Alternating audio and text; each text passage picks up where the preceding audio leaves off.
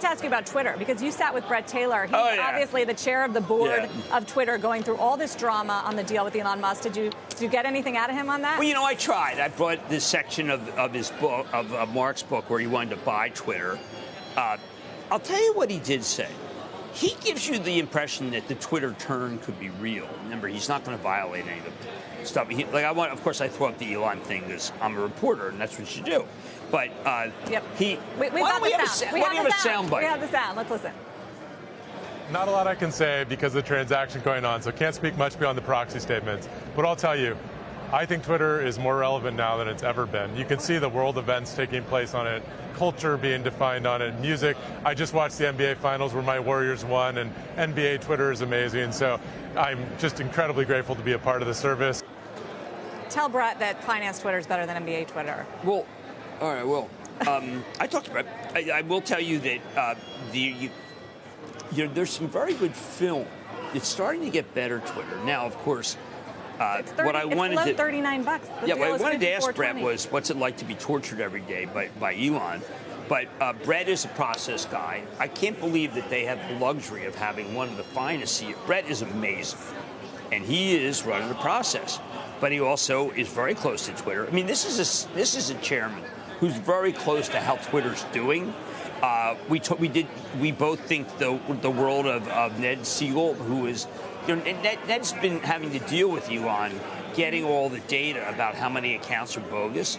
And I think it's important to point out that when Elon sat down with Ned, or his people sat down, they found the same number of bogus accounts that everybody said, and no more. 5%. And then subsequently, Elon said there are far more, which is bad for the case that he may have against him for specific performance to buy it.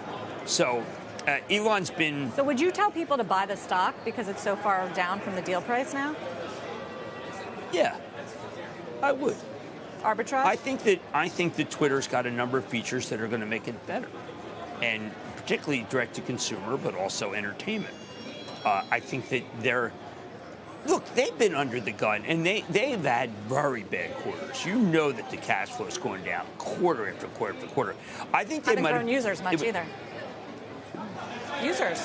Well, yeah. I mean, they've been down. What happens if they turn? And they do have an election. They're doing much better in sports.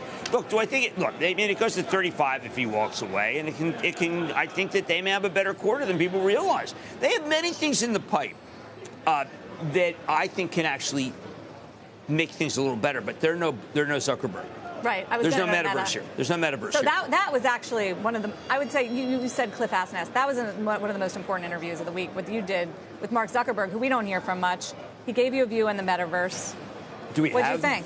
Do we have some sound of Zuckerberg? Because because the company, the stock went up yesterday. I noticed for a change. The whole group is having a big move today. Here's, I think, let me just give you exactly what I think is happening.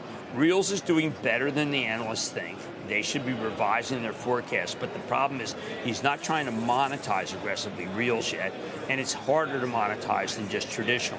But it is taking share from TikTok, and I believe that when we see the TikTok numbers versus Reels, we're going to be shocked to see how much better Reels is. That's going to be incredible. I've talked with him many times about how much better Reels is. And that's artificial intelligence getting better and better. The metaverse itself, every single day, a new company or many new companies come in and say, listen, we want to participate. There are many creators. Remember, you write for the metaverse, and he's not taking a cut until 2024, unlike, say, Apple.